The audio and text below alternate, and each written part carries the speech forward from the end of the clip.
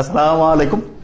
এখানে 3 রকমের ব্রেইন রয়েছে এবং এই 3 রকম ব্রেইনের সাথে প্রায় 200 জনেরও বেশি শিক্ষার্থীর যে ফলাফল ঘটেছিল সেই ফলাফলের একটা জীবনের সাথে সম্পর্ক, সেই জিনিসটা হচ্ছে এটার সাথে রিলেটেড। তো ওই ঘটনাটাকে একটু শেয়ার করি। সেটি হচ্ছে প্রায় 2 শতাধিক শিক্ষার্থী যারা গ্রামে মা বাবার সাথে থাকতো, ওই শিক্ষার্থীরাই করছে কি এইচএসসি মানে মেট্রিকের পরে আরো ভালো ফলাফলের জন্য শহরে গিয়েছে এবং শহরে যাওয়ার পরে কয়েক বছর পড়াশোনা করলো, এইচএসসি পরীক্ষা দিল, তারপরে কেউ কেউ হচ্ছে অ্যাডমিশন টেস্ট দিল। দেওয়ার পরে দেখা গেল যে মাত্র 16-18 জন শিক্ষার্থী মোটামুটি ভালো কিছু করেছে, আর বাকি যে শিক্ষার্থীরা রয়েছে বেশিরভাগই যেই স্বাভাবিক রেজাল্ট নিয়ে তারা গেছে তার চেয়ে রেজাল্ট খারাপ করেছে।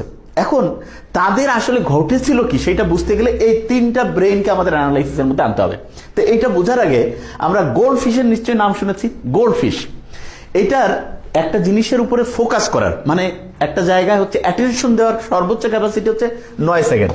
তা যে কেউ বলবে যে 9 সেকেন্ড এটা তো খুবই কম, কিন্তু সবচেয়ে ভয়ঙ্কর যে দিকটা সেটা হচ্ছে মাইক্রোসফট কোম্পানির নাম আমরা শুনছি নিশ্চয়ই, বিল গেটসের যে বড় কোম্পানি, সেই কোম্পানি বেশ কিছুদিন আগে একটা গবেষণা করছে, করে হতবাক হয়ে গেছে। বেশিরভাগ মানুষ 8 সেকেন্ড আছে না, 8 সেকেন্ড পরেই আর একটা জায়গায় ঠিকভাবে মনোযোগ ধরে রাখতে পারছে না। তার মানে আমাদের যে মনোযোগের ক্যাপাসিটি আগে অনেক ভালো ছিল, সেটা কত ভালো ছিল। অ্যান্ড্রু কার্নেগির একজন নাম রয়েছে, ইনি ছিলেন 1835 সালে জন্ম নেয় আমেরিকার একজন হচ্ছে বলা যায় সবচেয়ে ধনী মানুষ। প্রথম জীবনে খুবই গরিব ছিল, পরবর্তীতে ধনী হয় এবং উনি অনেক অনেক হচ্ছে সম্পদ অর্জন করে। সমস্ত হচ্ছে যে ওটাকে বলবো যে এজেন্সি যারা হচ্ছে যে রাষ্ট্রের বিভিন্ন গোয়েন্দা বাহিনী, তারা চিন্তা করছিল ইনি এত টাকা করলো কি করে। সব খোঁজাখুঁজি করে যখন কোনো রকমের দুর্নীতি কোনো রকমের অবৈধ কিছু পায়নি, তখন ওনাকে জিজ্ঞেস করলো যে আচ্ছা আপনার এত যে হচ্ছে যে বিজনেসের মধ্যে সাকসেসফুল হওয়ার মূল রহস্যটা কি। তো উনি তখন বলছে যে আমি 5 মিনিট একটা জিনিস নিয়ে একদম মনোযোগ দিয়ে চিন্তা করতে পারি। তো সবাই বললো এত কম, এটা তো খুবই সহজ। তখন তাদেরকে জিজ্ঞেস করা হয়েছিল ঠিক আছে আপনারা চেষ্টা করে দেখুন পারেন কিনা। বেশিরভাগ জন 2.5-3 মিনিট 3.5 মিনিট করে হচ্ছে ফোকাস রাখতে পেরেছিল। তার মানে ভালো ভালো অফিসিয়াল তারা 3-3.5 মিনিট পর্যন্ত রাখতে পারতো, আর অ্যান্ড্রু কার্নেগি 5 মিনিটের বেশি। তার মানে জীবনে সফল হওয়ার ক্ষেত্রে ফোকাস ধরে রাখার মারাত্মক গুরুত্ব রয়েছে। এখন আমাদের এই ফোকাস ধরে রাখার ক্যাপাসিটি মাত্র 8 সেকেন্ডে নামছে অধিকাংশ মানুষের, এবং এটা কি কারণে সেটা ইনশাআল্লাহ আমরা আবিষ্কার করার চেষ্টা করব। এখন যে জিনিসটা মোস্ট ইম্পর্টেন্ট সেটা হচ্ছে বর্তমান সময়ে কোকেন, হিরোইন, মরফিন, এই যে বিভিন্ন নেশা জাতীয় জিনিস আছে, এইটা যতটা ক্ষতি করে তার চেয়ে বেশি ক্ষতি করে যে কোনো রকমের হচ্ছে অশ্লীল ভিডিও ছবি যে রয়েছে এগুলো। কারণ অনেকে বলবে যে ভাই এটার কারণটা কি। এটার কারণটা হচ্ছে আমরা যে 3টা ছবি দেখিয়েছিলাম সেখানে আবার ফিরে যাব। সবচেয়ে ভয়ঙ্কর যেটা, কেউ যদি অশ্লীল ভিডিও কিংবা হচ্ছে যে ছবি চিন্তা ভাবনা করতে থাকে, তখন দেখা যায় তার মস্তিষ্কের সবচেয়ে গুরুত্বপূর্ণ একটা অংশ যেটা হচ্ছে প্রিফ্রন্টাল কর্টেক্স। কি নাম? Prefrontal cortex. এই প্রিফ্রন্টাল কর্টেক্স এর মধ্যে যে গ্রে ম্যাটার আছে, কি নাম? Grey matter.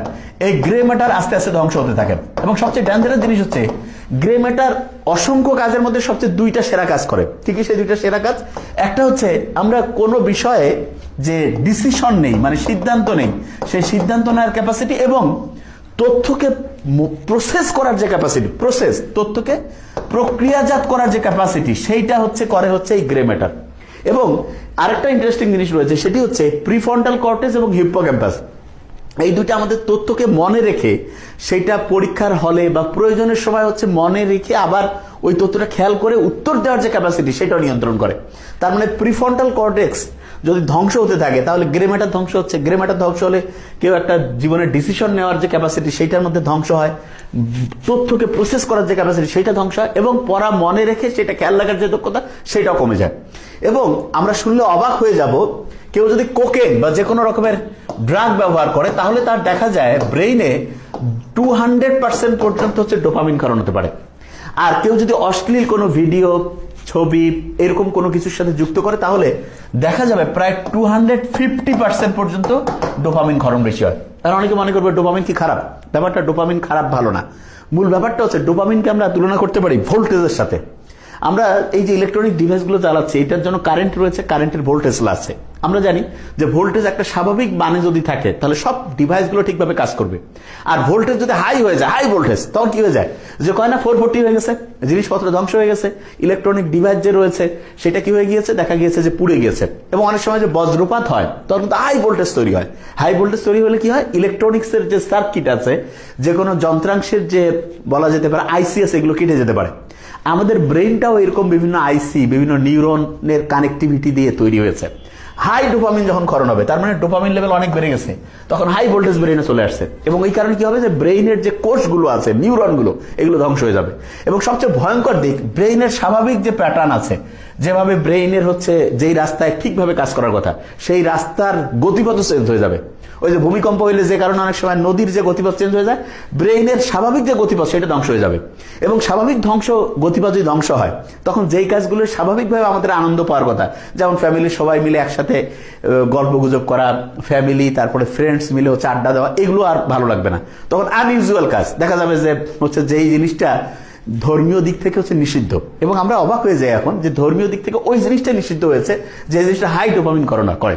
এবং হাই ডোপামিন ক্ষরণ করলে যেটা হয় সেটা হচ্ছে স্বাভাবিকভাবে আমাদের একটা কাজ করলে যখন ডোপামিন স্বাভাবিক ক্ষরণ হয়, তখন আমরা ওই কাজটা করতে পছন্দ করি। তখন দেখা যায় যেমন অনেকটা নামাজ পড়ার সময়, নামাজ পড়লে যারা রেগুলার নামাজ পড়ে তারা কিন্তু যতক্ষণ আজান হয়েছে নামাজ পড়ে নেই, বলে যে ভাই একটু ভালো লাগতেছে না, নামাজ পড়লো, বলছে হ্যাঁ গাটা একটু পাতলা লাগতেছে, মানেটা কি?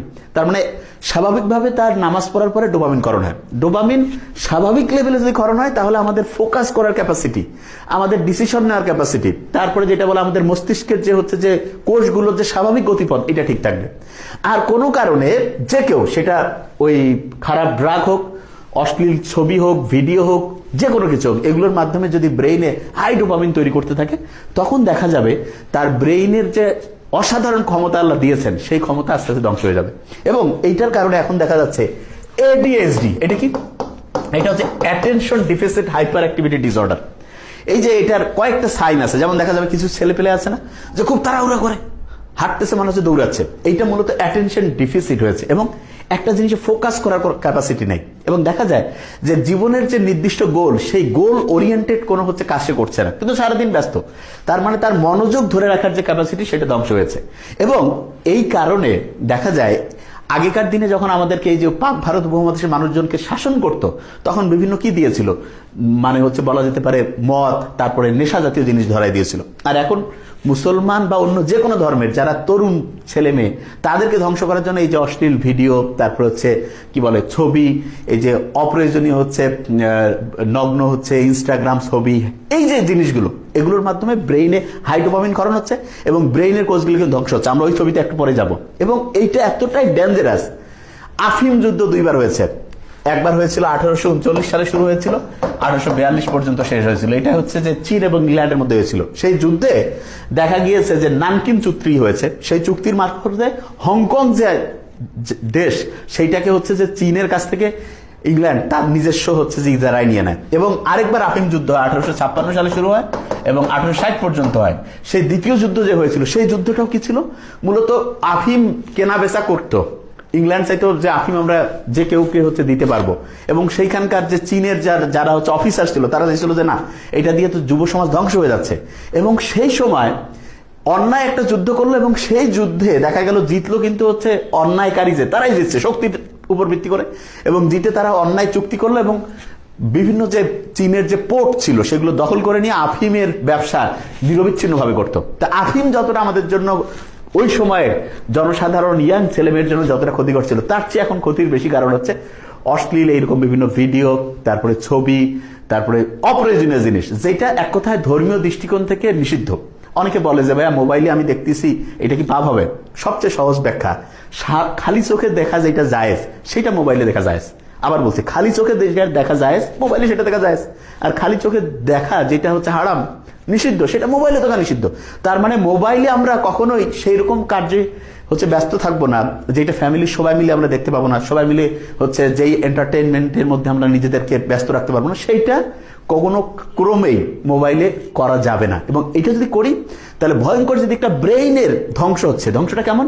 কোকেন, হিরোইন, এগুলো খাইলে, এগুলো রেগুলার অ্যাডিকশন করলে, অ্যাডিক্টেড থাকলে 200%, আর এই অশ্লীলতায় জড়িত থাকলে 250%। আল্লাহ কত অসাধারণ করে বলছে যে মোমেন পুরুষ আর মোমেন নারী পরস্পরের বন্ধু, তোমরা পরস্পর তোমাদের দৃষ্টিকে হচ্ছে সংযত করো। আর নারীদেরকে বলছে যে জাহিলিয়াতের যুগের মতো নিজেদের হচ্ছে উন্মুক্তভাবে প্রদর্শন করো না। এখন দেখা যাচ্ছে যে সমাজের যত রকমের অন্যায় অশ্লীলতা আছে, এইটার যত রকমের অপরাধ আছে, তার মধ্যে ব্রেইন ঠিকভাবে কাজ করছে না, এবং হচ্ছে যে হাই ডোপামিন ক্ষরণ হচ্ছে, স্বাভাবিক অ্যাক্টিভিটিস নষ্ট হয়ে যাচ্ছে।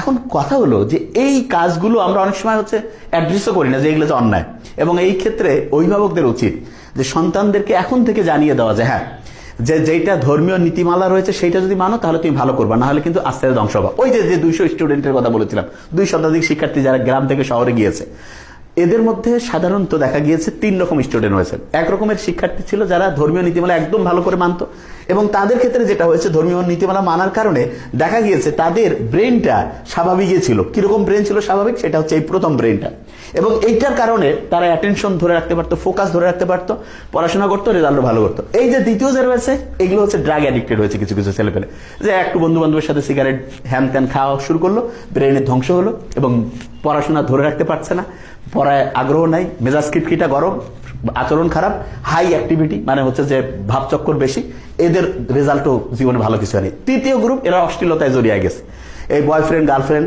তারপরে হচ্ছে যে বিভিন্ন অশ্লীল জিনিসের সাথে যুক্ত হয়ে এদের ব্রেন আরো বেশি ড্যামেজ হয়েছে। এবং এই 3 গ্রুপের মধ্যে যারা ধর্মীয় নীতিমালা মারছে তাদের রেজাল্ট আলহামদুলিল্লাহ ভালো হয়েছে, আর এই 2 গ্রুপ ধ্বংস হয়েছে। তো এই 2টা গ্রুপের মধ্যে যে কেউ যদি এখন প্রশ্ন করে যে কেউ যদি এই যে ড্রাগের মধ্যে অ্যাডিক্টেড, অশ্লীল জিনিসে অ্যাডিক্টেড হয়, তাহলে তার ফিরে আসার বুদ্ধি আছে কিনা? আছে। একটা শব্দের মধ্যে এই ফিরে আসার বুদ্ধি আছে, সেই শব্দটা হচ্ছে রিলিজ। যে কোনো প্রবলেম ইনশাআল্লাহ আমরা এই শব্দকে বিশ্লেষণ করে বের করে ফেলতে পারবো। সেটা কি? আর্ট হচ্ছে রিকগনাইজ। যে কোনো শিক্ষার্থীকে আগে বুঝতে হবে যে হ্যাঁ, আমি যদি অশ্লীল কোনো কিছুতে কিংবা যেটা বলা যায় ধর্মীয় নীতিমালার বাইরে সেইটা, এবং খেয়াল রাখতে হবে যেই কাজটা আমি করার পরে অন্যের সামনে মানে হচ্ছে গর্বভরে বলতে পারি সেটাই খারাপ কিছু, সেইটাতে যদি আমি জড়িত হয়ে থাকি তাহলে তওবা করে আল্লাহর কাছে ইস্তেগফার করে, আর কি বলো এটা কি জানি, মানে হচ্ছে যে ভুল স্বীকার করে যে আমি ভালো হতে চাই, এইটা যখনই চিন্তা করবো ইনশাআল্লাহ আমাদের ব্রেনকে এমন অসাধারণভাবে আল্লাহ বানিয়েছেন, শুনলে অবাক হয়ে যাব। মাত্র 4 সপ্তাহে ব্রেন যতটাই ধ্বংসপ্রাপ্ত, ওই 2nd বা 3rd ক্যাটাগরি হলে মাত্র 4 সপ্তাহে আমরা যদি এগুলো থেকে নিজেদেরকে দূরে রাখি, ব্রেন আবার আলহামদুলিল্লাহ আগের অবস্থায় যাবে। এবং সেই জন্য ফার্স্ট যে উইকটা আছে, ফার্স্ট উইকটা কিন্তু খুব কষ্ট হবে। অনেকটা এরকম যে আল্লাহ বলছে না, তুমি যখন অন্যায় করবা সেইটার শাস্তি দুনিয়াও কিছু পাবা, আখিরাতেও পাবা। তো ওই যে 2 নাম্বারই যা কিছু করছি সেইটার জন্য ফার্স্ট উইক কষ্ট হবে, প্রচুর কষ্ট হবে, এবং ঘুম আসবে না, হাত পা ব্যথা করবে, মানে খাওয়ার রুচি কমে যাবে, ভয় লাগবে, বুক ধরপড় করবে, এই জিনিসগুলো হবে। কিন্তু ওই যে কষ্টের পরেই আল্লাহ রহমতে রহমত চলে আসবে। 2nd উইক থেকে শুরু হতে থাকবে কি, কষ্ট কমতে থাকবে, কষ্ট কমতে থাকবে, ভালো লাগা শুরু হবে। 3rd উইকে কষ্ট আরো কমতে থাকবে, আর একটু ভালো লাগা শুরু হবে। 4th উইকে গিয়ে আমরা দেখবো আলহামদুলিল্লাহ এত সুন্দর আমাদের অ্যাটেনশন চলে আসতেছে, বন্ধু বান্ধব ফ্যামিলির লোকজনের সাথে কথা বলতে ভালো লাগতেছে, তখন মনে হবে যে কি আজে বাজে কাজের মধ্যে নিজেকে ব্যস্ত রাখছে, তখন আস্তে আস্তে ভালো লাগার মধ্যে আমরা চলে যাব। তা এই first week, 2nd week, 3rd উইকটা আল্লাহর সাথে কানেকশন থাকতে হবে। ফ্যামিলির যারা রয়েছে তাদের কাছে কি হতে পারে যে কোনো সমস্যা আগে রিকগনাইজ হয়ে গেছে, এরপরে ইতে হচ্ছে কি সব সময় যেটা বলি এঙ্গেজ রাখতে হবে, তাকে ব্যস্ত রাখা, 5 ওয়াক্ত নামাজ পড়া, ধর্মীয় নীতিমালা, ভালো বই পড়া, আস্তে আস্তে সে পজিটিভ হয়ে যাবে। এলতে হচ্ছে লিসেন, তার সমস্যাগুলো মন দিয়ে শুনতে হবে, কোনো মন্তব্য করার দরকার নেই, সমস্যা এটা ব্যাপার না, ইনশাআল্লাহ আমরা সবাই মিলে একসাথে সমাধান করবো।